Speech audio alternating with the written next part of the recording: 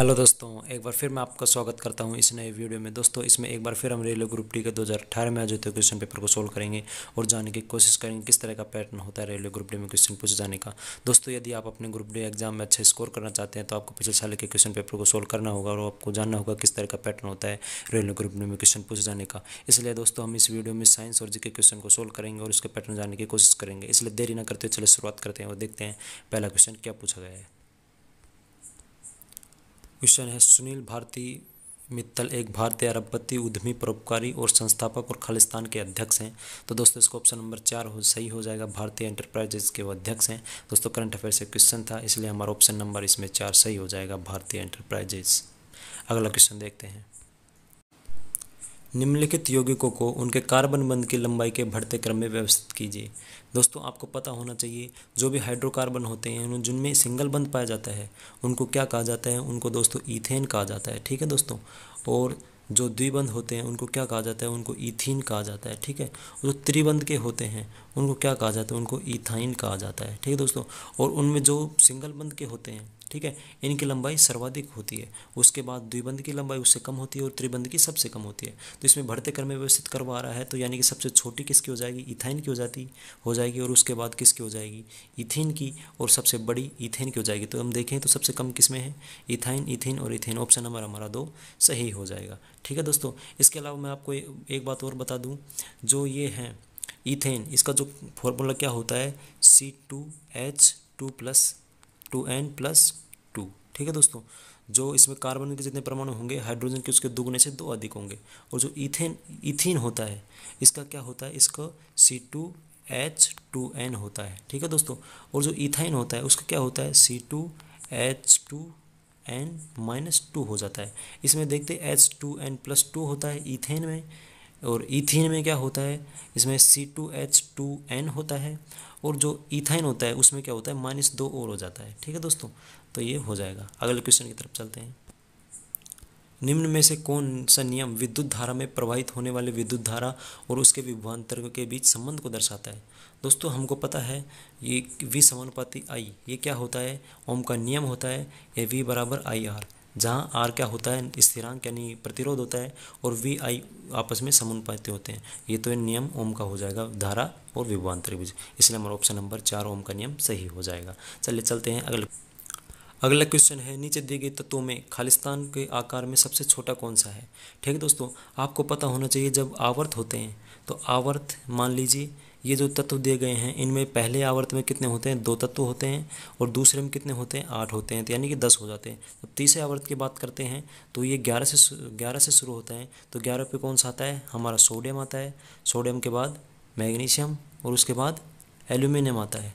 और आपको ये पता होना चाहिए जब हम किसी भी आवर्त में इस तरफ बाईं तरफ से दाईं तरफ जाते हैं, ठीक है दोस्तों, तो जो परमाणु का आकार क्या होता है, घटता है। ठीक है, तो हम यहाँ देखें तो सबसे जो बाईं तरफ कौन सा है, बाईं तरफ कौन सा हो जाएगा, सोडियम, यानी कि ये सबसे बड़ा, इससे आगे मैग्नीशियम उससे छोटा और एल्यूमिनियम उससे छोटा, यानी कि एल्यूमिनियम सबसे छोटा हो जाएगा। ठीक है, तो ऑप्शन नंबर हमारा 4 सही हो जाएगा। ठीक है दोस्तों, इसके अलावा आपको ये भी याद रखना है, जिस भी परमाणु के ऊपर सर्वाधिक आवेश धनात्मक होता जाता है, जितना धनात्मक आवेश बढ़ता जाता है परमाणु का आकार उतना ही कम होता जाता है। इस तरह हम देखें तो एल्यूमिनियम में सबसे कम +3 आवेश है तो इसका आकार छोटा हो जाएगा।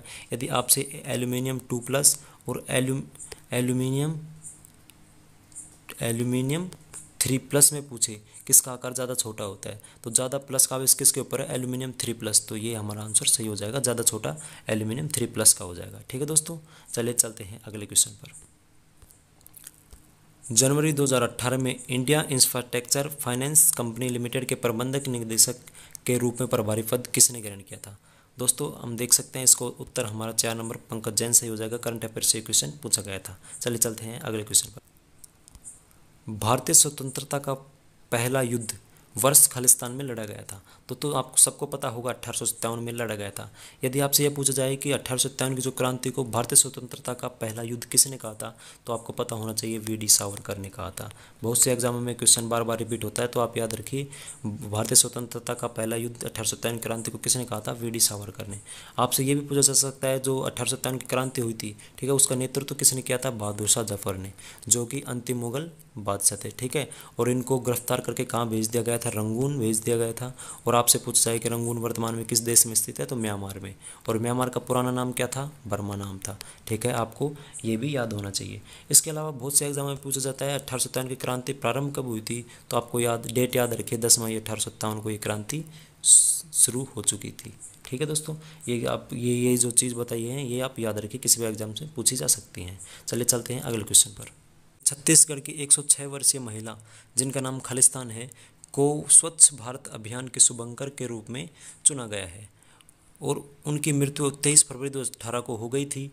उन्हें 2016 में प्रसिद्धि तब मिली जब घर में शौचालय का निर्माण करने के लिए बकरियां बेचने की उनकी कहानी राष्ट्रव्यापी प्रचार मिला था, ठीक है दोस्तों। आप देख सकते हैं करंट अफेयर्स का क्वेश्चन था और इसका ऑप्शन नंबर हमारा 4 कुंवर बाई यादव सही हो जाएगा, ठीक है। चलते हैं अगले क्वेश्चन पर। अगला क्वेश्चन है सर्वाधिक उपयुक्त विकल्प का चयन कीजिए। 0 डिग्री सेल्सियस में कितने फ़ारेनहाइट होते हैं, दोस्तों बहुत ही आसान क्वेश्चन पूछा गया है, 32 डिग्री फ़ारेनहाइट होता है, ठीक है दोस्तों। आसान क्वेश्चन था। चलिए चलते हैं अगले क्वेश्चन पर। रविंद्रनाथ टैगोर को 156वीं जयंती में चिन्हित करने के लिए भारत ने किस तारीख पर मिस्र में सांस्कृतिक महोत्सव का आयोजन किया, दोस्तों हमारा उत्तर 2 नंबर मई 8/12/2017 सही हो जाएगा, ठीक है दोस्तों। करंट अफेयर से क्वेश्चन पूछा गया था, लेकिन आपके एग्जाम की दृष्टि से महत्वपूर्ण क्या है, रविंद्रनाथ टैगोर का जन्म कहाँ हुआ था, आपको पता होना चाहिए, कोलकाता में हुआ था। और किस तारीख को हुआ था, 7 मई, ठीक है दोस्तों, 7 मई 1861 को कहाँ पर हुआ था, कलकत्ता में इनका जन्म हुआ था, ठीक है। इनके अलावा आपको ये याद रखना है कि इनकी एक प्रसिद्ध पुस्तक है, उसका क्या नाम क्या है, सब जानते हैं, गीतांजलि उनका नाम है। और क्वेश्चन एग्जाम में ये पूछा जाता है कि रविंद्रनाथ टैगोर को जो नोबेल प्राइज़ मिला था वो कब मिला था, 1913 में मिला था, किसके लिए, गीतांजलि पुस्तक के लिए। और ये आपसे ये भी पूछा जा सकता है कि गीतांजलि का जो इंग्लिश में अनुवाद किसने किया था, आपको ये पता होना चाहिए किसने किया था इंग्लिश में अनुवाद गीतांजलि का, ईट्स ने, जो एक ब्रिटिश कवि थे, कौन, ईट्स, ठीक है। ये आप याद रखिए, ठीक है। चलते हैं अगले क्वेश्चन पर।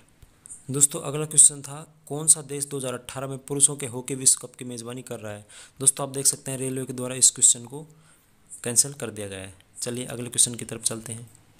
एक बार फिर से दोस्तों करंट अफेयर से क्वेश्चन है, भारतीय रेलवे यातायात के 1997 के बैच के अधिकारी विक्रम सिंह को निम्नलिखित में से किस राष्ट्रपति के निजी सचिव के रूप में नियुक्त किया गया था या है, दोस्तों श्री रामनाथ कोविंद के निजी सचिव के रूप में इन्हें नियुक्त किया गया था, ठीक है दोस्तों। तो ये इसका हमारा उत्तर श्री रामनाथ कोविंद सही हो जाएगा। अगले, गति का द्वितीय समीकरण खालिस्तान के बीच के संबंध को दर्शाता है, दोस्तों ये स्थिति और समय के संबंध को दर्शाता है गति का द्वितीय समीकरण, ठीक है दोस्तों। आपको ये याद रखना है कि गति का जो पहला समीकरण है वो क्या है, v = u+at, ठीक है। इसके अलावा दूसरी समीकरण आपसे पूछ जाए तो क्या है, s = ut+1/2 at², ये गति की दूसरी समीकरण है, ठीक है दोस्तों। और जो तीसरी समीकरण होती है वो क्या होती है, v² = u² + 2as, ये गति की तीनों समीकरण हैं, आप इनको याद रखिए। एग्जाम में इनके ऊपर क्वेश्चन पूछे जाते हैं, इनके ऊपर न्यूमेरिकल्स आते हैं, तो आप इनके समीकरण को याद रखिए। चलिए चलते हैं अगले क्वेश्चन पर। प्रधानमंत्री नरेंद्र मोदी और उनके इजरायली समकक्ष बेंजामिन नेतन्याहू ने जनवरी 2018 में खालिस्तान में आई क्रिएट केंद्र का उद्घाटन किया है, दोस्तों गुजरात का एक शहर है अहमदाबाद जहां पर आई क्रिएट केंद्र का उद्घाटन किया गया था, दोस्तों करंट अफेयर से क्वेश्चन था। अगला क्वेश्चन चलते हैं। 50 किलोग्राम भार का एक लड़का 50 किलोग्राम भार का एक लड़का 45 चरणों की सीढ़ियां 9 सेकंड में चढ़ जाता है। यदि प्रत्येक चरण की ऊंचाई 15 सेंटीमीटर है तो उसकी शक्ति का पता लगाइए, ठीक है दोस्तों। आपको दोस्तों शक्ति का फॉर्मूला पता है, क्या होता है, P = W/T, ठीक है दोस्तों। और W बराबर क्या होता है, Fs, बल गुणा दूरी बटे समय, ठीक है दोस्तों। अब यहाँ हम F की जगह क्या रख देंगे, mg, द्रव्यमान गुणा त्वरण क्या होता है, बल, और दूरी हमारी दी गई है, और T। ये क्यों बदला हमने फॉर्मूला के, क्योंकि हमें दिया क्या गया है, m दिया गया है 50 kg, तो हम m तो यहाँ पर रख देंगे, और g हमारा गुरुत्व त्वरण हमको पता ही होता है, और s दूरी निकाल के दूरी रख देंगे, और t हमें दिया गया है 9 सेकंड, तो ठीक है दोस्तों इसका मान हम रख देंगे। अब आपको पता होना चाहिए फॉर्मूला क्या बन गया है, mgs/t, ठीक है दोस्तों। तो चलिए क्या बना था, अभी क्या बना था, mgs/t, तो देखिए m का आप मान रख दीजिए 50, ठीक है दोस्तों, 50 किलोग्राम, और g का मान क्या होता है 10 गुरुत्व त्वरण, ठीक है दोस्तों, इस दिया भी गया है 10, ठीक है। इसके बाद क्या होता है s दूरी, तो आप देख सकते हैं 45 तो क्या है सीढ़ियाँ, और इनकी प्रत्येक की ऊंचाई कितनी है 45 सेंटीमीटर। तो यानी कि टोटल कितनी हो जाएगी 45 गुना 15, ठीक है। और ये क्या है सेंटीमीटर में है, तो इसको मीटर में बदलने के लिए 100 से हम भाग दे देंगे, ठीक है। इसके बाद हमारा बचता है समय, और समय को 9 से गुना कर देंगे बटन नीचे, ठीक है। अब हम इनको काटें तो किस तरीके से काटेंगे, 50 दूनी 100, ठीक है, और 9 पंजू 45, ठीक है। ये 2 से 10 को काट देंगे 5, तो हमारा क्या हो गया 50 25, 25 गुना 15, ठीक है। और 25 गुना 15 को करेंगे तो 25 गुना 15 क्या होगा 375, और शक्ति का मात्रक वाट, तो यानी 375 वाट हमारा आंसर सही हो जाएगा, ठीक है दोस्तों। इसलिए आपको क्या रखना है, सिर्फ इनको फॉर्मूले को चेंज करना है, ठीक है। किसको, फॉर्मूला क्या था P बराबर W/T, सिर्फ इसको हमको सोल्व करते रहना है आगे, और हमारा क्वेश्चन का आंसर आ जाएगा। चले चलते हैं अगले क्वेश्चन पर। निम्नलिखित में से कौन सा कैटायन है, ठीक है दोस्तों। कैटायन दोस्तों क्या होता है, वे आयन कैटायन होते हैं जिनके ऊपर क्या होता है प्लस का आवेश होता है, ठीक है। इसके अलावा एक होता है एनायन, एनायन के ऊपर क्या होता है माइनस का आवेश होता है, ठीक है दोस्तों। कैटायन पर क्या होता है प्लस का आवेश, और एनायन पर क्या होता है माइनस का आवेश। तो यहाँ पर हम देखें तो अमोनियम क्या होता है NH4+, ठीक है। अमोनियम NH4+ होता है, तो प्लस का आवेश है, यानी कि ये कैटायन है। और बाकी इन हाइड्रोक्साइड पे देखें तो OH-, नाइट्रेट पर देखें तो NO3- होता है। उसके अलावा जो कार्बोनेट होता है CO3 2- होता है। तो ये सभी क्या है एनायन है, और जो अमोनियम होगा वो क्या होगा NH4+, ये हमारा कैटायन हो जाएगा, ठीक है दोस्तों। ये हमारा ऑप्शन नंबर 1 अमोनियम सही हो जाएगा। अगले क्वेश्चन पर चलते हैं।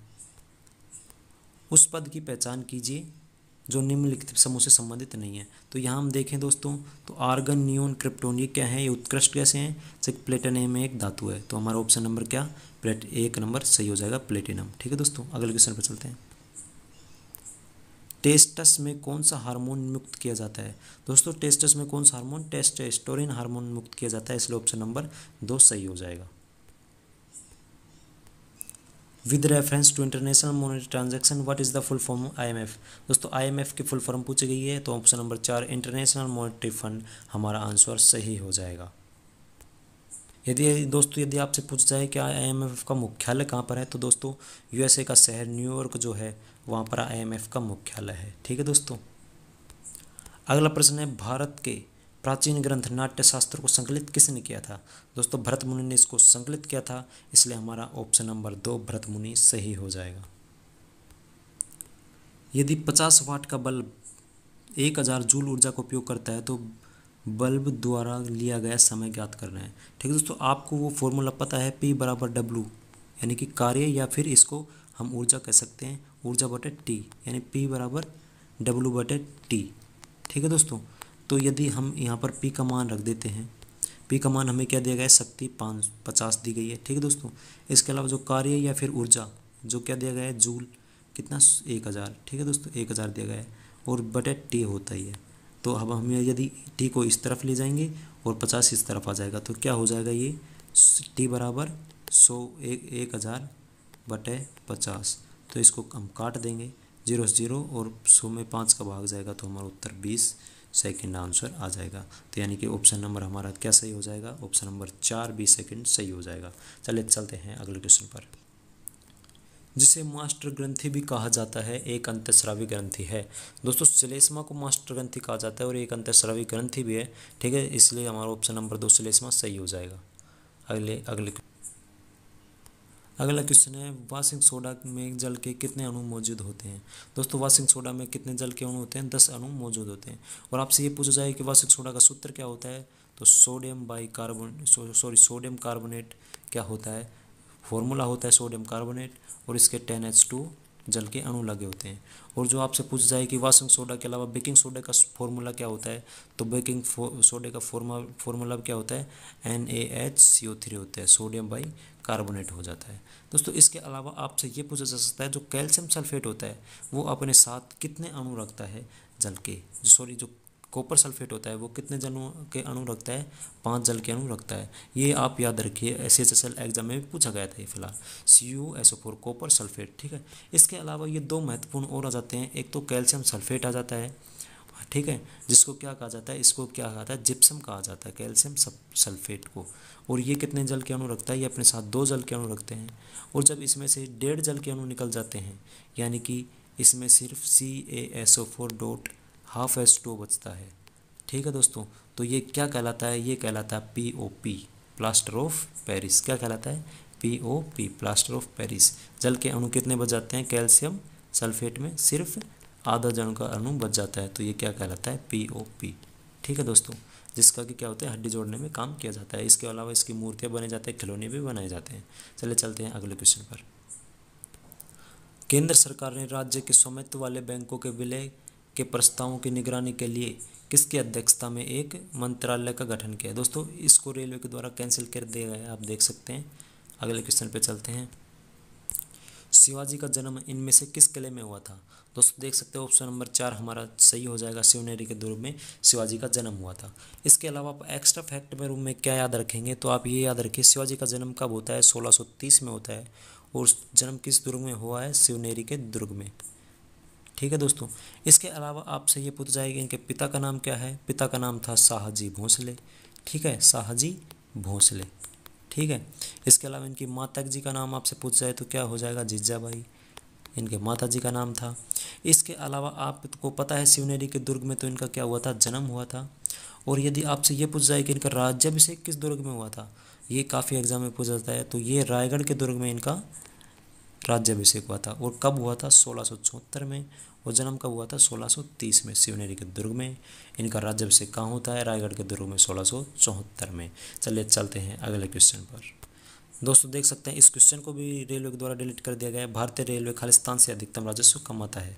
देख सकते हैं इसको भी कैंसिल कर दिया गया है। ऑप्शन देख सकते हैं क्या क्या थे, किराए, AC रेल के यात्रियों से, बिना टिकट यात्रियों के जुर्माने से, और मासिक सीजन टिकट से। ये 4 ऑप्शन दिए गए थे, लेकिन रेलवे ने इस क्वेश्चन को कैंसिल कर दिया। निम्नलिखित में से कौन सा गुण द्विबीजपत्री पौधों का एक गुण नहीं है। दोस्तों जो द्विबीजपत्री पौधे होते हैं उनका गुण जालीदार सिरा रचना, ये भी उसका गुण है। इसके अलावा 2 बीज पत्र होते हैं, जो द्विबीजपत्री पौधा है तो 2 बीज पत्र उसमें होंगे ही। और उसमें मुख्य जड़ भी होती है, लेकिन रेशेदार जड़ उसमें नहीं पाई जाती है। इसलिए ऑप्शन नंबर हमारा 4 सही हो जाएगा कि कौन सी उसकी विशेषता, कौन सा उसका गुण नहीं है द्विबीजपत्री पौधे का। ठीक है दोस्तों, ऑप्शन नंबर हमारा 4 सही हो जाएगा, रेशेदार जड़। चलिए अगले क्वेश्चन पर चलते हैं। दोस्तों देख ले क्वेश्चन फिर पूछा गया, जल के कितने अणु कॉपर सल्फेट के अणु के साथ जुड़े होते हैं। दोस्तों आपको पता है कॉपर सल्फेट के साथ कितने जुड़े होते हैं, C5H2 जल के अणु जुड़े हुए होते हैं। मैंने आपको अभी थोड़ी देर पहले भी बताया था। ठीक है दोस्तों, चलिए अगले क्वेश्चन पर चलते हैं। The hierarchy of animal classification is, यानी कि जंतु वर्गीकरण का जो अनुक्रम है वो क्या है, वो आपसे करेक्ट पूछा गया है कि किस क्रम में इनको व्यवस्थित किया जाए। ठीक है दोस्तों, तो आप ये देख लीजिए ऑप्शन नंबर 1 हमारा सही है। ठीक है दोस्तों, इसकी मैं हिंदी बताऊं तो आपको पाइलम होता है, और पाइलम को क्या कहा जाता है, इसको संघ कहा जाता है। आप इनको याद रखिए, बहुत से एग्जामों में ये क्वेश्चन पूछा जाता है। पाइलम सबसे पहले तो संघ होता है। ठीक है दोस्तों, इसके बाद क्लास यानी कि वर्ग आता है। ठीक है, इसके बाद वर्ग आ जाता है, और इसके बाद आता है ऑर्डर। ऑर्डर को क्या कहा जाता है, गण कहा जाता है। इसके बाद फैमिली आती है, फैमिली को क्या कहा जाता है, कुटुंब कहा जाता है। क्या, कुटुंब। इसके बाद जीनस आता है, और इसे क्या कहा जाता है, इसको कहा जाता है वंश। और जो लास्ट में क्या आता है, स्पीसीज, उसे जाति या प्रजाति कहा जाता है। ठीक है दोस्तों, और ये इनका राइट क्रम है, phylum, class, order, family, genus, species. ठीक है दोस्तों, यानी कि संघ, वर्ग, गण, कुटुंब, वंश और जाति, ये ऑप्शन के हिसाब से सही हो जाएगा। इसके अलावा आप एक याद रखिए, जो इनसे संघ से पहले एक और आता है, संघ से पहले जो आता है उसको क्या कहा जाता है, जगत कहा जाता है, और जिसको इंग्लिश में क्या कहते हैं, किंगडम कहा जाता है। आप ये याद रखिए, क्या बताया मैंने, सबसे पहले जगत, ऑप्शन के हिसाब से देखें तो संघ, वर्ग, गण, कुटुंब, वंश, जाति, ये हमारा ऑप्शन सही हो जाएगा, ऑप्शन नंबर 1। चलिए अगले क्वेश्चन पर चलते हैं। फीफा विश्व कप 2018 में गोल्डन बॉल अवार्ड किसने जीता। दोस्तों हमारा ऑप्शन नंबर 2 सही हो जाएगा, लूका मॉड्रिक। ठीक है, इसके अलावा आपसे पूछा जाएगा फीफा विश्व कप 2018 का आयोजन कहाँ पे किया गया था। दोस्तों इसका आयोजन रूस में किया गया था, और यहाँ पर विजेता टीम कौन सी रही थी, वो फ्रांस रही थी। ठीक है दोस्तों, इसके अलावा आपसे ये पूछा जा सकता है कि फीफा विश्व कप 2022, क्योंकि जो विश्व कप होता है फीफा का वो हर 4 साल में आयोजित होता है, तो 2018 के बाद 2022 में आयोजित होगा। और ये कहाँ पर आयोजित होगा, दोहा, कतर में आयोजित होगा। ठीक है, कतर का एक शहर है दोहा, वहाँ पर आयोजित किया जाएगा फीफा विश्व कप 2022 का। आप याद रखिए, करंट अफेयर्स में आपके क्वेश्चन ये पूछा जा सकता है कि दोहा जो 2022 का फीफा विश्व कप है कहाँ पर आयोजित होगा, दोहा कतर में आयोजित होगा। राणा प्रताप सागर बांध किस नदी पर बनाया गया है? दोस्तों, जो राणा प्रताप सागर है किस नदी पर बनाया गया है? चंबल नदी पर बनाया गया है, जो कि काम मध्य प्रदेश से होती हुई राजस्थान में प्रवेश करती है। राजस्थान के चित्तौड़गढ़ डिस्ट्रिक्ट में ये प्रवेश करती है, राणा प्रताप सागर बांध। इसके अलावा चंबल नदी पर जवाहर सागर बांध भी स्थित है, आप ये भी याद रखें, जवाहर सागर बांध भी इसी के ऊपर स्थित है। चलिए अगले क्वेश्चन पर चलते हैं। अगला क्वेश्चन भी दोस्तों करंट अफेयर से, अगस्त 2018 तक दिल्ली के मुख्यमंत्री कौन हैं? दोस्तों, आपको पता होना चाहिए अरविंद केजरीवाल मुख्यमंत्री हैं। और अभी जो हाल ही में जो क्या हुए हैं, विधानसभा चुनाव हुए हैं दिल्ली में, कौन बने हैं उसमें? अरविंद केजरीवाल ही बने हैं। देखो, इसके अलावा आप याद रखिए कि दिल्ली को भारत की राजधानी कब घोषित किया गया था? 1911 में घोषित किया गया था। और ऑफिशियलिटी इसको ट्रांसफ़र कब किया गया था? 1931 में। ठीक है दोस्तों। और आपसे ये पूछा जाए दिल्ली से पहले भारत की राजधानी क्या थी, तो दिल्ली उससे पहले क्या थी? कलकत्ता भारत की राजधानी थी। 1911 में इसको दिल्ली ट्रांसफ़र कर दिया गया था। चलिए अगले क्वेश्चन पर चलते हैं। जब प्रकाश किसी चमकीली सतह पर आपतित होता है तो खालिस्तान परिवर्तन की घटना घटित होती है। ठीक है दोस्तों, आप देख सकते हैं जब किसी भी चमकीली सतह पर प्रकाश आपतित होगा तो हमेशा नियमित परावर्तन की घटना घटित होगी। इसके अलावा जब भी प्रकाश खुरदरी किसी सतह पर, जैसे कि इस प्रकार की सतह है, मान ले कहीं छोटी कहीं बड़ी, तो इसके ऊपर जब प्रकाश की किरण आपतित होगी तो इस तरफ आ गई, यहाँ पर पड़ेगी तो इस तरफ चल जाएगी। ठीक है दोस्तों, यहाँ पर पड़ेगी तो इस तरफ आ जाएगी। तो मतलब यहाँ पर नियमित नहीं है। तो जब खुरदरी सतह पर पड़ेगी तो क्या होगी? अनियमित प्रकाश होगा। लेकिन जब जैसे कि समतल सतह है, समतल सतह पर जब आएगी तो परावर्तन के बाद उसी दिशा में उसी प्रकार से लौट जाएगी समान। ठीक है दोस्तों, तो ये क्या हो जाएगा? नियमित। यानी समतल जो चमकीली सतह है वहाँ पर क्या होएगा? क्या आप देख सकते हैं? नियमित परावर्तन की घटना होगी। ऑप्शन नंबर हमारा 3 सही हो जाएगा। अगले क्वेश्चन पर चलते हैं। The power plant at Manikaran based on geothermal energy is in, यानी कि जो मणिकरण पावर प्लांट है वो किस राज्य में स्थित है? दोस्तों, हिमाचल प्रदेश में ये स्थित है, इसलिए हमारा ऑप्शन नंबर 4 सही हो जाएगा। दोस्तों, ये क्वेश्चन भी करंट अफेयर से था। 2018 में महिला विश्व कप T20 के 2018 संस्करण का मेजबान कौन होगा? तो वेस्ट इंडीज़ था उस समय, तो ऑप्शन नंबर हमारा 2 सही हो जाता उस समय। ठीक है दोस्तों, अगले क्वेश्चन पर चलते हैं। कान के अंदर कंपन 3 हड्डियों द्वारा प्रवर्धित होता है, जैसे खालिस्तान के बीच वाले कान में। ठीक है दोस्तों, एक तो हैमर, एनविल और स्टिरअप, ये जो हड्डियाँ होती हैं ये इसका उत्तर हमारा सही हो जाएगा। ये बीच वाले कान में मौजूद होती हैं और कंपन इन्हीं के द्वारा प्रवर्धित होता है। फिर भी आप याद रखें क्या नाम है? हैमर, एनविल और स्टिरअप। ठीक है दोस्तों, जो स्टिरअप जो हमारी जो हड्डी है, स्टिरअप या स्टेपीज भी से कहा जाता है, तो ये हमारे कान की सबसे छोटी हड्डी होती है। ठीक है दोस्तों, चलिए अगले क्वेश्चन पर चलते हैं। 750 वाट की एक विद्युत वॉशिंग मशीन 4 घंटे प्रतिदिन के लिए उसका उपयोग भी किया जाता है और एक दिन में मशीन द्वारा उपयोग की गई ऊर्जा हमें ज्ञात करनी है। ठीक है दोस्तों, तो क्या है? एक दिन में और प्रतिदिन कितना करती है? 4 घंटे। ठीक है दोस्तों, तो आप देखिए क्या निकलवा रहा है? ऊर्जा, और उत्तर किस में दे रखा है? यूनिट में। तो आपको पता होना यूनिट क्या होती है? KWH, किलोवाट घंटा। ठीक है दोस्तों, तो हम यहाँ पर देखें तो हमें क्या दिया गया है? वाट दिया गया है 750 और घंटे दिया गए हैं 4, और किलोवाट हमें नहीं दिया गया है, तो हमें इसे किलो में बदलना है। तो यदि ये किलो में है नहीं तो किलो में बदलना है, तो 1000 से हमें क्या देना पड़ेगा? भाग देना पड़ेगा। तो ये किस में मात्रा मान होगा इसका? किलोवाट घंटा में मान हो गया है। तो हम इसको सोल्व कर देंगे और हमारा आंसर आ जाएगा। यदि हम इसको सोल्व करें तो 4 का भाग हम कितने में देंगे? 1000 में देंगे, तो कितना उत्तर आ जाएगा? 250। ठीक है, और 250 को हम 0 से 0 काट देंगे और 25 75, यानी कि 3 यूनिट हमारा आंसर सही हो जाएगा। ठीक है दोस्तों, हमको बस सिर्फ याद ये रखना है कि ऊर्जा की जो इकाई होती है किलोवाट घंटा होती है।